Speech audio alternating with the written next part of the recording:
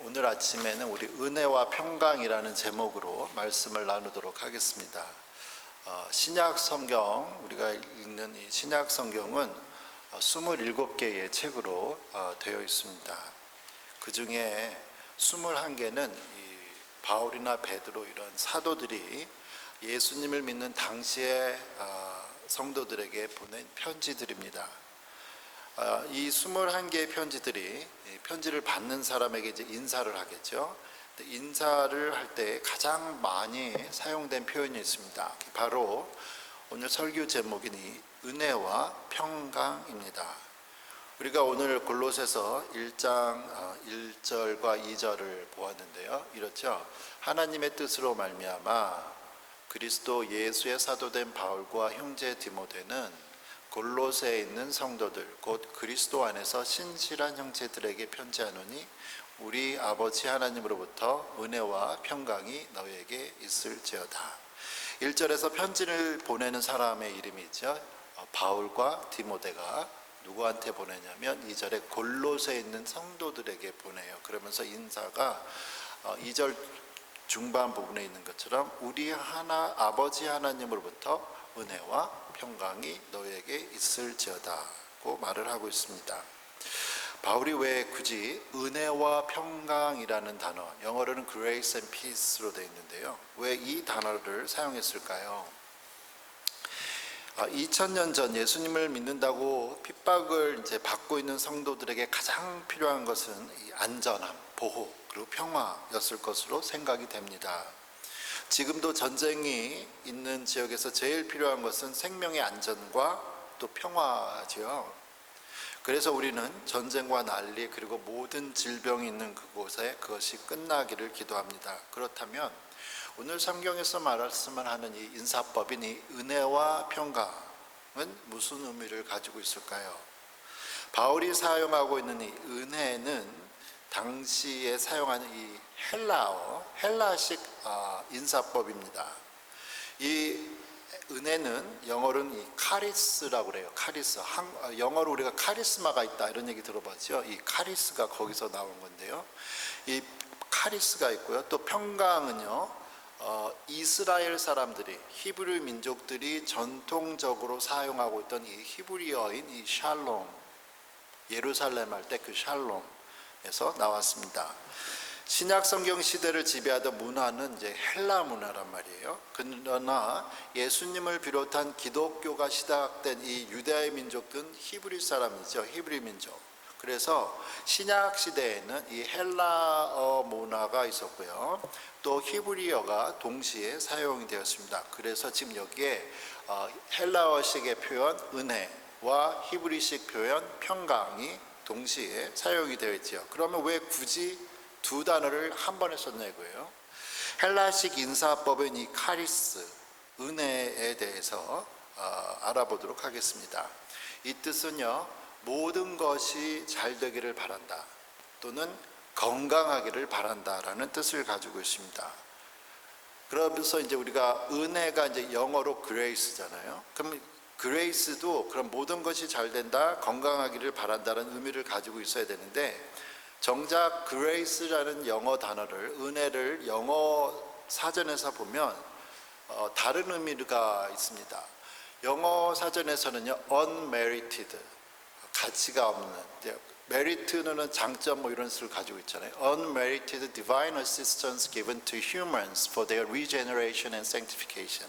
그래서 굳이 제가 한국말로 번역을 해봤더니 하나님께서 사람들이 구원을 받거나 regeneration, 다시 살아나는 것, 중생, regeneration이나 sanctification, 거룩하게 되는 것을 받을 자격이 없는 사람들에게 하나님께서 그냥 무료로 그냥 주시는 도움이라는 거예요. 잘 되기를 바란다, 건강하기를 바란다는 그 원래의 카리스의 그 의미와는 전혀 다르게 영어가 지금 하고 있죠. 제가 본 이 그레이스라는 이 영어 사전은 그냥 종교 기독교 사전이 아닙니다. 일반적인 사전인데도 이렇게 있는 거예요. 그렇다면 어떻게 하다가 이 건강해라, 잘 되기를 바란다는 그 원어의 의미가 영어에서는 이렇게 갑자기 바뀌었을까요? 그것은 바로 이 바울이, 우리가 읽는 이 골로새가 바울이고요. 신약 성경에 많은 책들이 바울에 의해서 쓰여졌는데, 예수님의 가르침을 신학으로 발전시키는 이 바울이 일반적인 이 은혜를 기독교적인 의미로, 곧 하나님의 사랑을 구원하시기 위한 값없는 도움이라는 기독교적 의미로 발전하게 됐습니다.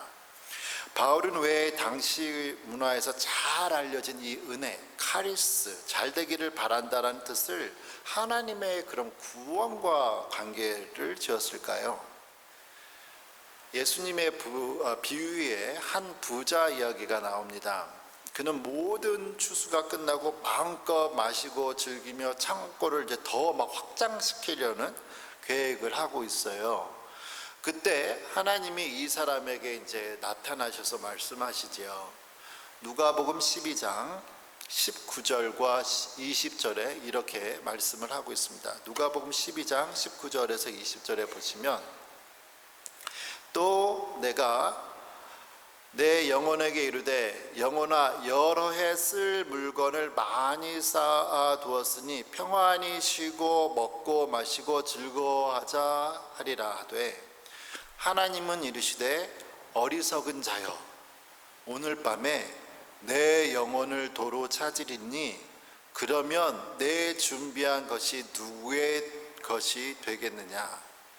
19절에서 말씀을 하시는 것이, 부자가 하는 말이 열심히 일했어요. 그래서 이제 좀 평안이라는 단어가 19절에 있죠. 평안히 쉬고 먹고 마시자가 이 사람의 평안의 개념이었습니다.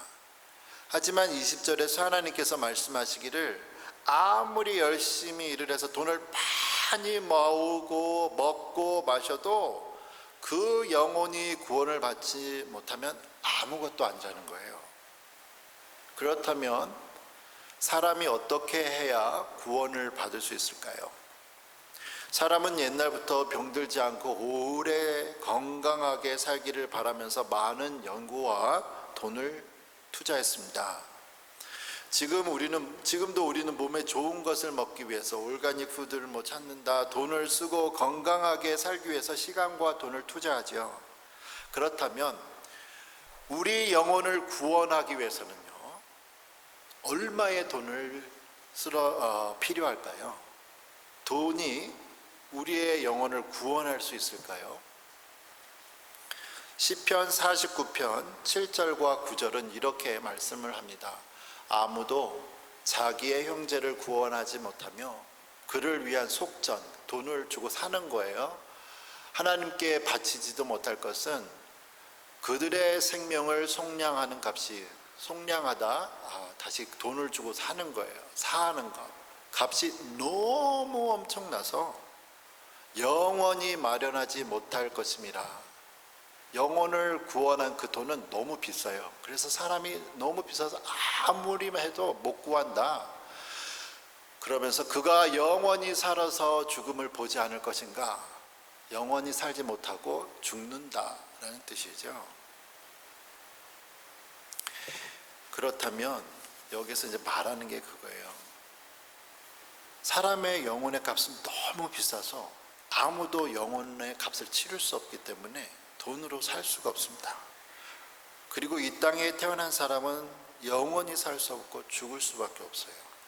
사람이 구원을 살 수 없고 그냥 태어나서 죽을 운명이라면 어차피 죽을 거 아무런 희망 없이, 그럼 이 땅에서 즐기고 하고 싶은 거 다 하면서 그냥 살다 죽을까요? 정말 사람에게는 구원을 받을 희망이 없는 것인가? 정말 희망이 없을까요? 너무 비싸서? 한 식당에 허름한 옷차림을 한 할머니하고 손녀가 들어왔습니다. 그런데 손녀가 먹고 싶은 음식은 이제 돈가스였어요. 할머니가 돈가스는 나중에 사줄 테니까 오늘은 카레라이스 먹자고 합니다. 그러시면서 카레를 하나 시켜요. 식당 주인이 보니까 두 사람이 왔는데 카레만 하나 시키니까 이상하죠. 그래서 왜 그러지 하고 좀 봤습니다. 손녀가 맛있게 먹으면서 카레 먹으면서 할머니도 좀 드세요 하고 말해요. 할머니가 하시는 말씀이 아니야, 나는 지금 너무 배불러서 못 먹으니까 너나 먹어.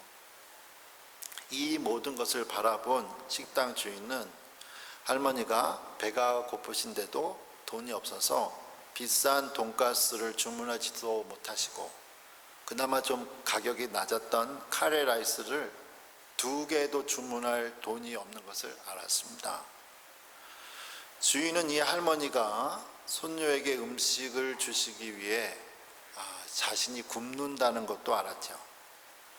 이제 사람들이 밥을 다 먹고 이제 두 사람이 계산할 때가 됐습니다. 할머니가 구겨진 돈을 내시는데 그마저도 돈이 모자라죠. 할머니가 미안해서 혹시나 손녀가 그걸 알면 손녀에게 상처를 줄까봐 아무 말도 하지 못하고 있습니다. 계산을 하던 주인이 아무 말 하지 않고 그냥 돈을 받고 네 감사합니다 그래요. 그리고는 언제 준비해 두었는지 포장된 이 돈가스 투고 박스를 할머니한테 전해주지요. 할머니는 미안해하고 고마워했고요. 또 손녀는 자기가 그렇게 먹고 싶었던 돈가스를 먹을 수 있게 돼서 너무 신났습니다. 이 주인은 돈이 없어서 힘들어하는 할머니와 소녀에게 아무것도 바라지 않고 자기가 손해보며 모든 것을 다 주었습니다. 이게 은혜입니다. 이거는 제가 유튜브에서 본 몰래카메라예요. 실제 상황이 아니고. 바로 하나님께서 아들 예수님을 이 땅에 사람으로 보내시고 예수님께서 사람 대신 죄값을 치르셨죠. 신약 성경 로마서 5장 8절과 9절에 이렇게 말씀을 하고 있습니다. 신약 성경 5장 8절과 9절에 보시면 우리가 아직 죄인 되었을 때에 그리스도께서 우리를 위하여 죽으심으로 하나님께서 우리에 대한 자기의 사랑을 확증하셨느니라. 그러면 이제 우리가 그의 피로 말미암아 의롭다 하심을 받았으니 더욱 그로 말미암아 진노하심에서 구원을 받을 것이니. 죄는 사람이 졌는데요, 죄값은 아무런 잘못이 없는 예수님이 다 계산하셨습니다. 왜 그렇죠? 그 이유는 하나님께서 우리를 사랑하시기 때문입니다. 구원받을 자격이 없는 죄인된 우리가 하나님의 무료로 주시는 그 도우심으로 구원을 받았습니다. 이게 아까 말했던 영어의 표현, 구원받을 자격이 없는 죄인된 우리가 하나님의 무료로 주시는 도우심, 그게 은혜라고 했죠. Grace. 바로 성경이 말씀하시는 이 은혜입니다. 오늘 성경 본문에서 바울은 예수님을 믿는다는 이유로 핍박받는 성도들에게 하나님의 은혜를 말하고 있습니다.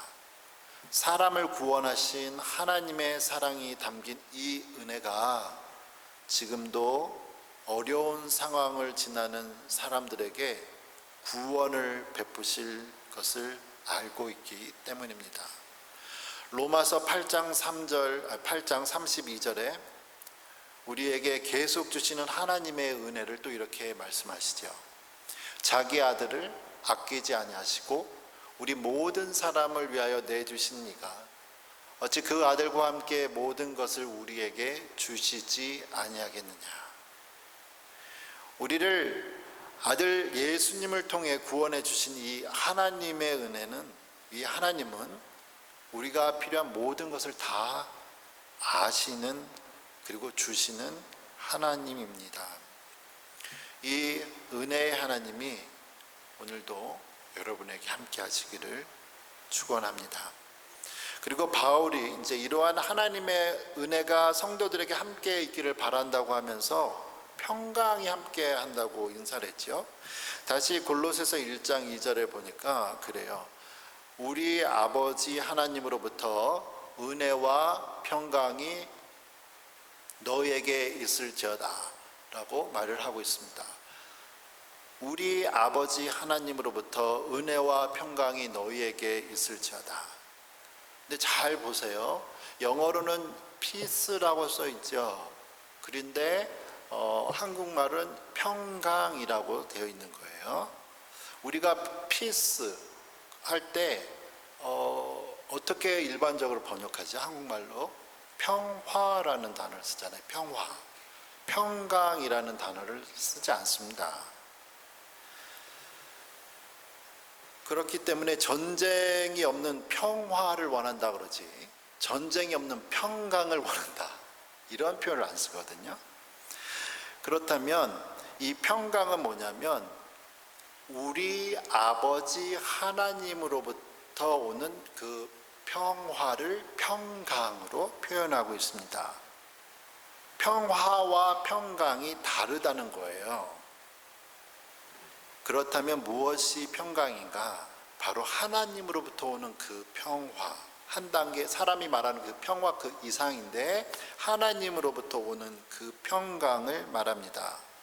바로 죄로 인해 불안해하는 사람들에게 하나님께서 주시는 그 마음의 상태를 말해요. 이 평강에 대해서 평화는 세상에 와서 뭐 어떻게 줄 수 있는데 평강은 하나님만 주실 수 있기 때문에 요한복음 14장 27에서 예수님께서 이 평강을 세상이 알 수도 없고 줄 수도 없다고 말하죠.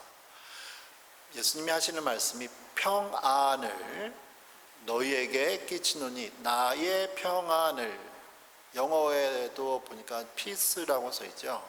그런데 나의 평안을 평강과 평안이 같은 표현으로 왔다 갔다 하면서 성경을 쓰이는데 예수님께서만 하나님이신 예수님만 주실 수 있는 이 평화를 평강 혹은 평안으로 한국말은 번역을 했습니다.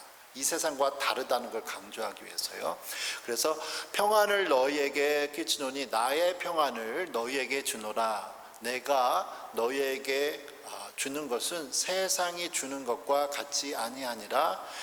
너희는 마음에 근심하지도 말고 두려워하지도 말라.